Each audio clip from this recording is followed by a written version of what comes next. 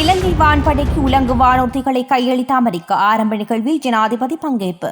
அமெரிக்காவில் தயாரிக்கப்பட்ட 10-57 ஸ்ரீஸ்ட்ரெஞ்சர் ரக பன்னோக்கு உலங்கு வானூர்திகளை அமெரிக்க அரசாங்கம் இலங்கை வான்படைக்கு உத்தியோகபூர்வமாக கையளித்துள்ளது.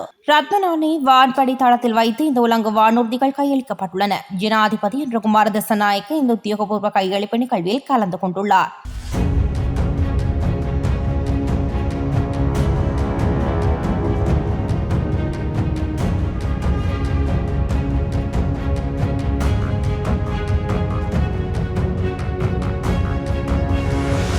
அரசின் நெல் கொள்வனவு விலை ரூபாய் 137 போதுமானதா? மட்டக்களப்பு விவசாயிகள் புறக்கணிக்கப்படுகிறார்களா? சாணக்கிய நம்பி கேள்வி.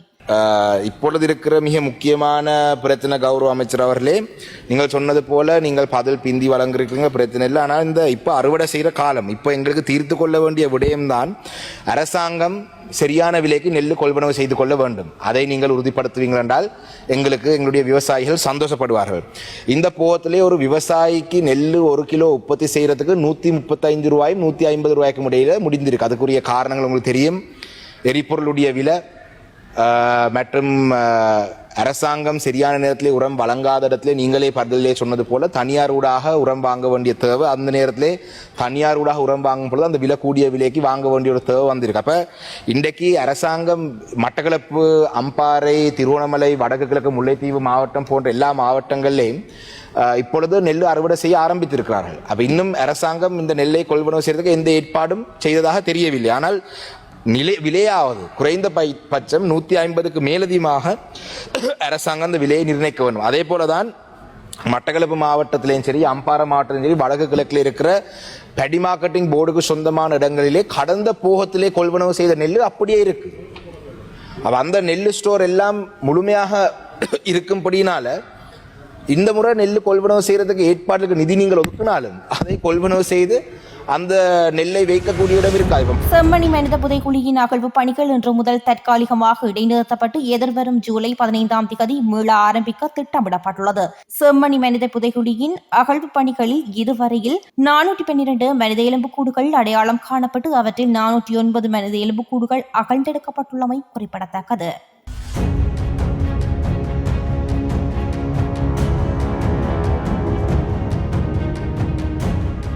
பரீட்சைகளுக்கான கால அட்டவணையில் எவ்வித மாற்றமும் இல்லை. ஆடிகளர் நாயகம் உறுதி. 2026ஆம் ஆண்டிற்கான பரீட்சைகளுக்கான கால அட்டவணையில் எவ்வித மாற்றங்களும் ஏற்படுத்தப்படவில்லை என பரீட்சைகள் ஆணையாளர் நாயகம் இந்திகா குமாரி லியானகே தெரிவித்துள்ளார். இன்று பிற்பகல் அரசாங்க தகவல் திணைக்களத்தில் நடைபெற்ற ஊடகவியலாளர் சந்திப்பில் கலந்து கொண்டு கருத்து தெரிவிக்கும் போதே அவர் இவ்வாறு தெரிவித்துள்ளார். முன்னர் அறிவிக்கப்பட்ட திகதிகளிலேயே பரீட்சைகளை நடத்துவதற்கான அனைத்து ஏற்பாடுகளும் பூர்த்தி செய்யப்பட்டுள்ளதாக அவர் குறிப்பிட்டுள்ளார். இதன்படி கல்வி பொதுத்தராதர உயர்தர பரீட்சையானது ஆகஸ்ட் மாதம் 10ஆம் தேதி முதல் செப்டம்பர் மாதம் 5ஆம் தேதி வரை நடைபெறவுள்ளது. අපි 19 වෙනි දින මේ මාසේ 19 වෙනි දින ඒ අනුව එහි ඉදිරියේදී தென்னிலங்கையில் கொடூர கொலை, காருக்குள் இருந்து பெண்ணின் சடலம் மீட்பு, சந்தேக நபர்கள் யாழ்ப்பாணத்தில் கைது. தெல்தெனிய பகுதியில் காருக்குள் உடலமாக மீட்கப்பட்ட பெண் பிசியோதெரபிஸ்டின் மரணம் தொடர்பான விசாரணையில் சந்தேக நபர்கள் யாழ்ப்பாணத்தில் கைது செய்யப்பட்டுள்ளனர். பிரதான சந்தேக நபரான காதலன் மற்றும் அவரது மனைவி ஆகிய இருவரும் இன்று காலை யாழ்ப்பாணத்தில் சாவகச்சேரி பகுதியில் வைத்து கைது செய்யப்பட்டுள்ளனர். ஊழல் தடுப்பு படையணி மற்றும் யாழ்ப்பாண குற்றப்புலனாய்வு பிரிவினர் இணைந்து மேற்கொண்ட கூட்டு நடவடிக்கையின் போதே இவர்கள் கைது செய்யப்பட்டுள்ளனர்.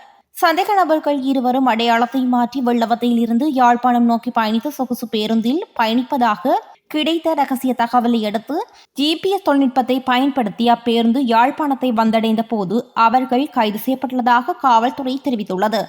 கைது செய்யப்பட்ட நபர்கள் தடுப்பு காவலில் தற்போது வைக்கப்பட்டுள்ளமை குறிப்பிடத்தக்கது. மேலும் யாழ்ப்பாணத்தில் வைத்து கைது செய்யப்பட்ட சந்தேக நபரான காதலனுக்கு உதவியதாக குற்றம் சாட்டப்படும் மற்றும் ஒரு நபரும் கைது செய்யப்பட்டுள்ளார். கைது செய்யப்பட்ட நபர் குண்டசாலி பிரதேச சபையின் சாரதி எனவும் இவர் பல்லேகலை பகுதியை சேர்ந்தவர் எனவும் அடையாளம் காணப்பட்டுள்ளார். கிளிநொச்சியில் போலீசார் அதிரடி வீதி சோதனை. அதிக வேகத்தில் செல்லும் பாரிய மோட்டார் சைக்கிள்கள் 12 மீது சட்ட நடவடிக்கை.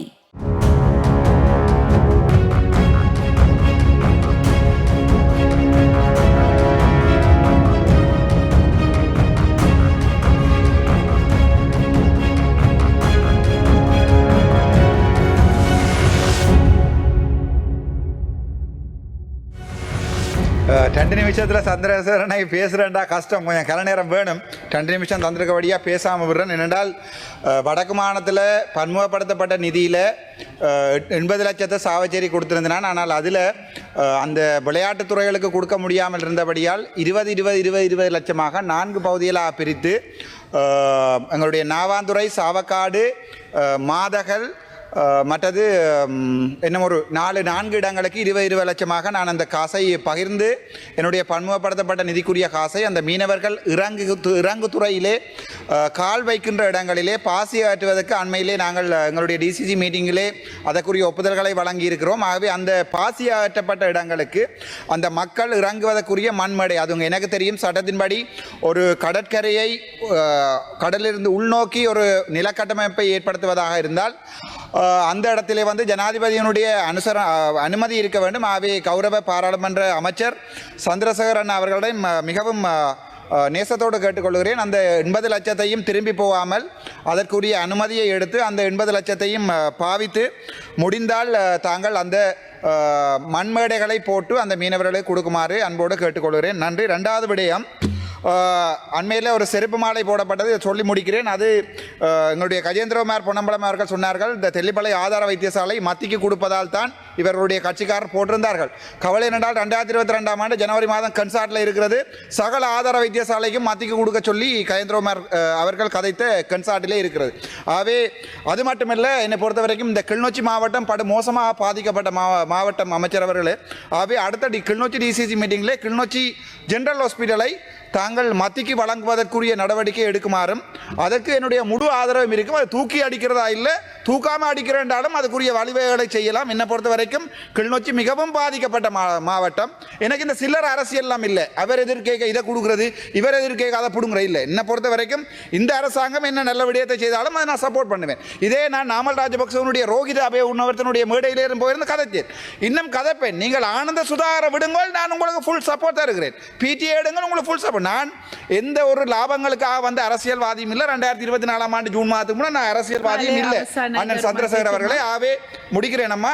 ஆவே நான் உங்களுக்கு நல்ல விடயங்களுக்கு எப்பவுமே சப்போர்ட் பண்ணுவேன். உங்களுடைய பிடி மட்டும் திட்டுறாங்க, நாமளுடைய பிடி மட்டும் திட்டி போட்டு இருக்கட்டும். என்னை பொறுத்த வரைக்கும் மக்கள் வாழ்ந்தால் அது எனக்கு போதும், அவ்வளவுதான் என்னுடைய அரசியல். நன்றி, வணக்கம்.